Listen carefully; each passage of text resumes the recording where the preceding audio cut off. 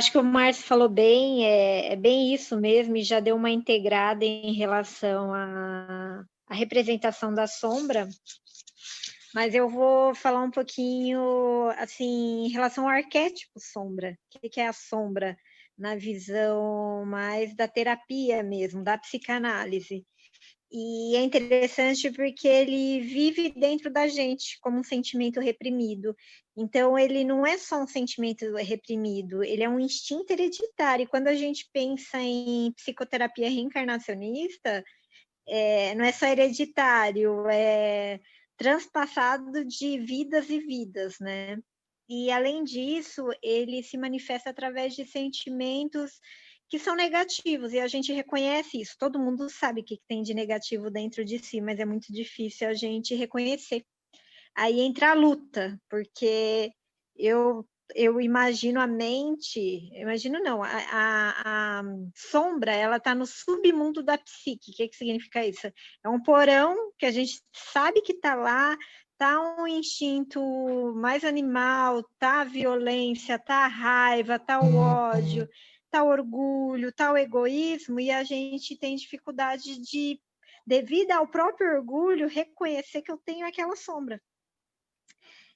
E muitas das vezes fica no inconsciente, então eu não quero reconhecer isso, eu prefiro achar que eu sou bonzinho, que as coisas são como são, então eu entro, esse também é um gatilho para a gente entrar no vitimismo, porque é confortável eu justificar a minha sombra, só que aí vem o tratamento, porque quando a gente sombra onde não tem luz, então quando eu coloco a luz na sombra, ela ilumina. Então, eu já sei o defeito que eu tenho que trabalhar. E a PR, ela entra muito no sentido da gente conseguir reconhecer a sombra que vem de outras vidas. Então, quantas vezes eu fiz uma investigação do inconsciente, onde eu identifiquei dentro da minha personalidade congênita questões que eu tinha que ter trabalhado em outras vidas, mas eu não consegui. E aí vem, até porque eu sei que eu não consegui, porque ela ainda está no meu inconsciente reprimida. Se eu tivesse trabalhado isso numa vida passada, por exemplo, vou dar um exemplo do apego. O apego à pessoa, à matéria, o que for. E nessa vida, eu ainda ter esse sentimento de apego, é porque não foi trabalhada a minha sombra na outra vida. E é incrível que o universo ele vem trazendo as situações como uma escola para a gente reconhecer a sombra e trabalhar a sombra. Então, assim, tem uma frase, eu até escrevi aqui uma frase muito linda do Jung, que ele fala assim: ninguém se ilumina imaginando figura de luz, mas se conscientizando da escuridão. O Jung ele traz essa frase aí exatamente para a gente olhar, reconhecer, identificar esses sentimentos reprimidos e entender que enquanto a gente não reconhece, a disputa interna vem. E a disputa interna você pode fazer de várias formas. Você pode tanto negar, e aí você acaba projetando no outro aquilo que você não quer, que você nega, né? Então, assim, eu sei que eu sou orgulhosa e vou achar que o outro é orgulhoso. Eu sei que eu sou insegura, eu vou achar que o outro é inseguro. E assim diante. Todos os meus defeitos eu acabo projetando. Ou então, eu saber que eu sou isso, saber que eu tenho isso, mas entrar numa neurose de perfeição, de que eu tenho que resolver isso e não aceitar. E reprimir também. Mas aí, no caso, eu fico lutando, porque eu não vou conseguir controlar isso. Porque um sentimento a gente não controla assim. Sentimento a gente tem que olhar, aceitar e ver num grau de consciência muito maior que eu vim aqui para resolver isso. E enquanto eu não resolver, isso vai ser manifestado. E aí, Pamela, posso te fazer uma pergunta? Claro. Então, a psicoterapia reencarnacionista, a investigação inconsciente te ajudou a clarear essa questão de enxergar quais as minhas sombras, quais as minhas luzes dentro do seu inconsciente? Foi fundamental? Eu acho que a proposta da PR na identificação da personalidade congênita é justamente para a gente identificar a sombra. Na minha visão, esse é o objetivo da psicoterapia reencarnacionista.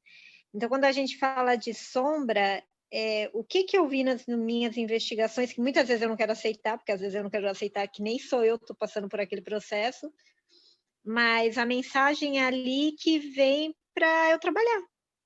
Então, qual o sentimento reprimido que manteve na minha personalidade congênita? Isso é a sombra. Negativo, né? E aí você conseguiu identificar as características da sua personalidade congênita. Em cima disso, você já está fazendo essa reforma íntima. Como é que está essa reforma íntima aí? Da questão da versão persona, versão espírito, ilusão dos outros das cascas. Não é fácil. Está conseguindo juntar tudo aí? Não é fácil, né? Eu acho que todo mundo que passa pelo processo, você acha que não tem nada para trabalhar, mas aí entra outra questão também da PR, que é os gatilhos e as armadilhas que vem trazendo para a gente que tem que trabalhar ainda. Falando em gatilho e armadilha, Pam, explica para o pessoal o que seria gatilhos e armadilhas, o pessoal que não conhece. Gatilhos são situações que vão incentivar um sentimento que ele é negativo e a gente vai manifestar. Que são... tá mais para o sentimento, armadilhas são da vida mesmo. Questões que a vida vai trazer e a gente vai acreditar que é do bem, mas na verdade não é. E a gente vai acabar mantendo naquela sombra, porque para a armadilha, na verdade, a nossa sombra, ela se identifica com aquilo. Então, você não consegue sair daquilo por conta da armadilha, que é muito vinculada ao ego. Então, a questão de gatilhos e armadilhas são primordiais para a gente identificar essas sombras e essas luzes, né, Pan? Dentro da personalidade congênita. Então, o que seriam gatilhos e armadilhas? Pessoas, situações, circunstâncias que mexem com o nosso ego. Estamos para evoluirmos o nosso ego, então gatilho e armadilha são ferramentas perfeitas para essa evolução. Identificar quais os gatilhos, quais as armadilhas são primordiais para a nossa reforma íntima. E é difícil a gente enxergar nossas sombras, né, Pan?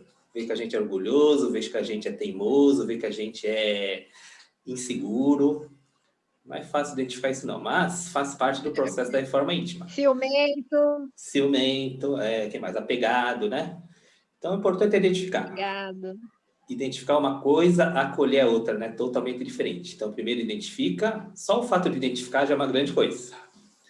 Agora, acolher e trabalhar para se transmutar em virtude é que é o trabalho da reforma íntima, é o trabalho da investigação inconsciente, que é um trabalho, assim, de médio a longo prazo, né, Pan? Não é uma coisa rápida. Pode ser que seja rápido, sim, mas... não significa que você transmutou uma sombra que a gente vai ficar isento disso, né? Pode aparecer outras sombras durante a caminhada, durante a jornada. E ficar esperto para identificar, em cima dos gatilhos e das armadilhas. Concorda ou não, Pan?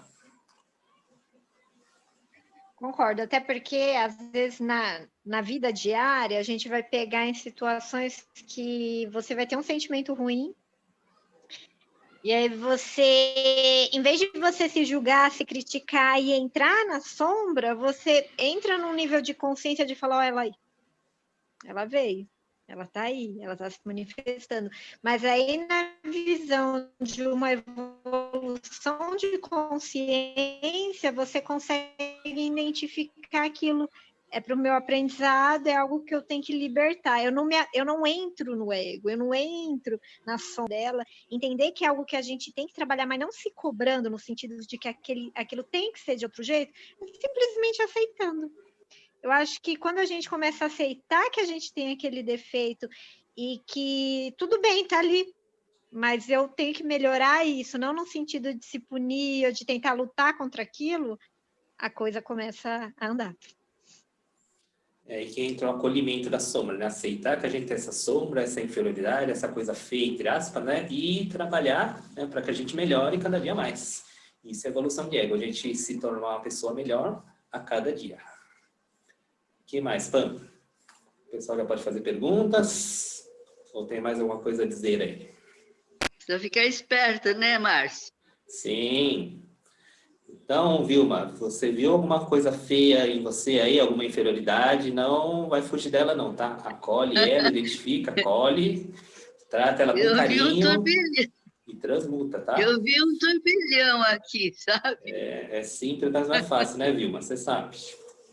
É simples, mas dá trabalho. Não, não é, não é. É, mas a gente está vencendo devagarinho, devagarinho. Mas chega Sim, lá. um dia após o outro. É isso mesmo, Vilma. Alguma pergunta, Cláudia?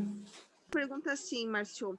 Eu gostaria assim, de ouvir um exemplo, um exemplo de uma sombra que você que conseguiu transformar essa sombra em luz. Então vamos lá. Um exemplo meu, tá, Cláudia? Recentemente eu reconheci na psicoterapia reencarnacionista, através da investigação inconsciente, que eu tenho uma sombra, eu tenho uma inferioridade. Isso chama-se procrastinação. Já ouviu falar disso? Procrastinação, Sim. ele é um pouco de preguiça, é um pouco de insegurança, é um pouco de medo, né? Isso a gente conseguiu transformar como? Identificando ela primeiro. Bom, a gente primeiro admitir que a gente procrastina muitas coisas. Isso não é fácil, não. Por quê? Porque a gente procura fugir das sombras, né? A gente olha e fala, acho que eu não sou assim, não. Não, eu não sou assim, eu sou perfeito, eu sou puro, e não é bem assim. A gente tem várias inferioridades. Então, primeiro de tudo, Cláudia, é identificar. Identificou, e depois saber lidar com essa sombra. Saber lidar como? Acolhendo. Acolhendo, a gente vai trabalhando, a gente vai, né, transmutando isso em virtude. O que seria transmutar em virtude? A gente tomar atitude para que a gente não procrastine mais. Porque o que é procrastinação? É falta de atitude, muitas vezes, né? A gente tem boas intenções, várias intenções, mas a gente procrastina. A gente sempre deixa para outro dia, deixa para amanhã e acaba não fazendo. Então, a primeira coisa é a gente tomar atitude para mudar. Identificou, acolheu e, principalmente, atitude. Não adianta você identificar, acolher e não tomar atitude para que isso mude. Então, esse é um trabalho da investigação inconsciente, que é a regressão terapêutica, né, que é chamado também, para a gente identificar essa personalidade congênita. Então, isso os mentores espirituais mostram, né, é importante, né, explicar que quem faz esse trabalho de investigação inconsciente são os nossos mentores espirituais. Não é o terapeuta que faz esse trabalho, por quê? Porque é uma questão de ética. Então, é até a questão 399 do Livro dos Espíritos, que a gente fala da lei do esquecimento. O que fala nessa questão, né? Que o esquecimento do passado é uma coisa proposital, sim, a gente veio esquecido mesmo, mas certas lembranças a gente pode ter conhecimento, sim, desde que seja para a gente melhorar a atual encarnação. Por exemplo, a gente tem uma doença que se iniciou numa encarnação passada. E identificando a causa, o período, o momento que ocasionou isso, a gente tem que vivenciar de novo para poder desligar e curar. E tirar essa inferioridade no caso. Não sei se foi claro, Cláudia. Ficou alguma dúvida? Foi sim. Perfeito. Obrigada. Ok, mais alguma dúvida aí? Quem tiver? Eu posso dar um exemplo de uma das investigações, que eu acho que é até um exemplo bem comum. Numa das minhas investigações, eu tinha um sentimento desde criança meio persecutório, achando que as pessoas queriam me fazer mal e eu não sabia de onde aquilo vinha. E realmente a vida me trouxe situações que algumas pessoas me fizeram mal para confirmar aquele sentimento. É aquilo, né? A sombra ela não vem à toa, ela vem para a gente manifestar aquilo, para trabalhar aquilo. E numa das investigações do inconsciente, realmente, numa vida passada, eu vi que eu fui perseguida, que eu fui arrastada, que eu fui morta em praça pública, e aí os mentores, os trabalhadores de luz, eles tiraram eu daquela situação, me levaram para o plano espiritual, fizeram um tratamento, e é incrível que aquele tratamento ficou muito claro, e aquele sentimento que eu tinha de persecutoriedade, de medo das pessoas, eu falo que era até uma fobia social, ele começou a ir embora, embora, embora. E hoje eu falo, isso não tem muito tempo, mas hoje eu tenho zero daquele sentimento, depois que eu consegui identificar aquela sombra, que não estava nessa vida. Então, depois agora dessa outra explicação, acho que ficou bem mais claro também. Eu nunca fiz nenhuma uma investigação desse tipo, né? Estou conhecendo agora com vocês, tendo essas informações, mas estava até comentando aqui com o Maurício, depois dessa explicação, né? Que quando eu era criança, até quando jovem, eu tinha assim muita vontade, por N coisas que aconteceram na infância, eu tinha muita vontade de ingressar na polícia, porque eu tinha muito desejo de matar as pessoas para me vingar de muitas coisas que eu vivi e vivenciei. E isso acabou não se concretizando e hoje eu trabalho salvando vidas. Graças a Deus, né? Que eu não fui para esse lado. Então eu acho que deve ser mais ou menos isso. Não sei, só que eu nunca consegui entender assim a fundo o porquê disso. Então, é legal você ter falado isso, e aí eu pergunto, qual que é a sombra aí? Porque tem uma sombra aí, você falou que tinha o desejo de matar, mas aí qual que é o sentimento que você identifica que estava mais presente? Justiça, fazer justiça. Então, revolta, raiva. Revolta. Isso, acho que foi a palavra mais indicada, revolta. Exatamente. E aí, se você fizer uma investigação, você pode identificar que essa faz parte da sombra que vem com a personalidade congênita, que você veio para trabalhar ela, para curar ela. Tá, entendi. Eu vou dar um outro exemplo aqui para não estender muito, que Tá. é porque me lembrou muito essa história que eu vivi numa das investigações também.